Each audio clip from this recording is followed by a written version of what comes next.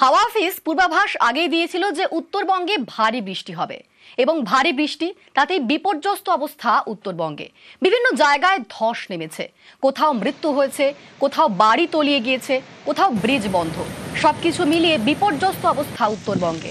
এবং এই ধসের জেরে বন্ধ রয়েছে টয় ট্রেন বন্ধে রীতিমতো ভোগান্তির শিকার প্রত্যেকে, কারণ অনেক পর্যটক সেখানে গিয়ে আটকে পড়েছেন। তারা কিভাবে ফিরবেন, তাদের ফেরাতে কি ব্যবস্থা নেওয়া হয়েছে? আমাদের সঙ্গে এই মুহূর্তে রয়েছেন প্রতিনিধি আবির বলতে পারবে। আবির, ঠিক কি ব্যবস্থা নেওয়া হয়েছে পর্যটকদের ফেরানোর জন্য? দেখো, প্রথম হচ্ছে যে ট্রেন পরিষেবাও ব্যাহত হতে ইতিমধ্যেই শুরু করেছে।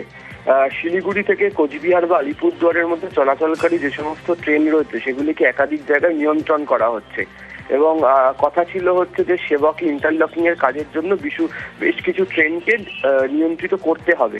ফলে ট্রেনের সংখ্যা এমনিতেই কম ছিল, কিন্তু তারই মধ্যে পরিস্থিতি তৈরি হওয়ার কারণে যেগুলো হচ্ছে স্বল্প দূরত্বে চলে সেই সমস্ত ট্রেন যেমন নিয়ন্ত্রিত হচ্ছে, ঠিক তেমনি ভাবে সিদ্ধান্ত নেওয়া হচ্ছে যে ট্রেন কলকাতা বা শিয়ালদা বা হাওড়া থেকে ছেড়ে আসামের দিকে যায় সেই ট্রেনগুলোকে কোথায় নিয়ে যাওয়া হবে বা আদেও চালানো হবে কিনা শিলিগুড়ির পরে। কারণ বাগডোগরা থেকে আলিপুরদুয়ার পর্যন্ত বা কোচবিহার পর্যন্ত বিভিন্ন জায়গাতে যে পরিস্থিতি তৈরি হয়েছে তাতে এই ব্রিজগুলো দিয়ে ট্রেন চালানোটা ভীষণ রকম চ্যালেঞ্জিং হয়ে পড়েছে। দ্বিতীয়ত বিষয় হচ্ছে যে একাধিক জায়গা থেকে ইতিমধ্যেই রাজ্য সরকারের কাছে খবর আসতে শুরু করেছে যে পর্যটকরা আটকে পড়েছেন এবং সেই সমস্ত পর্যটকদের নামিয়ে আনাটাও কার্যত হিমশিম খেতে হচ্ছে প্রশাসনকে। ইতিমধ্যেই বিশেষজ্ঞ দলগুলির সঙ্গে তারা যোগাযোগ রাখতে শুরু করেছেন এবং সেই পর্যটকদের নামিয়ে আনার জন্য।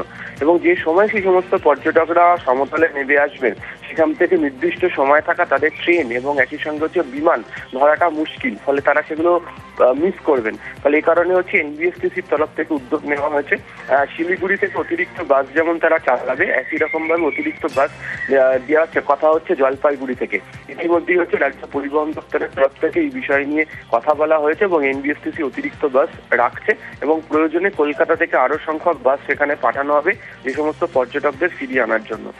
তৃতীয় যে বিষয় সেটা হচ্ছে ইতিমধ্যেই যে টয় ট্রেন পরিষেবাকে বন্ধ করতে হয়েছে, তার কারণ হচ্ছে মহানন্দা পর্যন্ত একাধিক জায়গাতে টয় ট্রেনের যে ছোট ছোট সেতু রয়েছে সেগুলোতে ফাটল রয়েছে এবং একাধিক জায়গাতে ধস নামতে শুরু করেছে। ফলে নিরাপত্তার কথা মাথায় রেখে কোনোভাবেই টয় ট্রেন চালানো তাদের পক্ষে সম্ভব হবে না, তাই আপাতত সেগুলিকে বন্ধ রেখে দেওয়া হয়েছে। ফলে পরিস্থিতি অত্যন্ত সঙ্গীন। ইতিমধ্যেই হচ্ছে আমরা জানতে পেরেছি যে পিডব্লিউডির একটি বিশেষ দল তারা হেডকোয়ার্টার থেকে রওনা হয়েছে।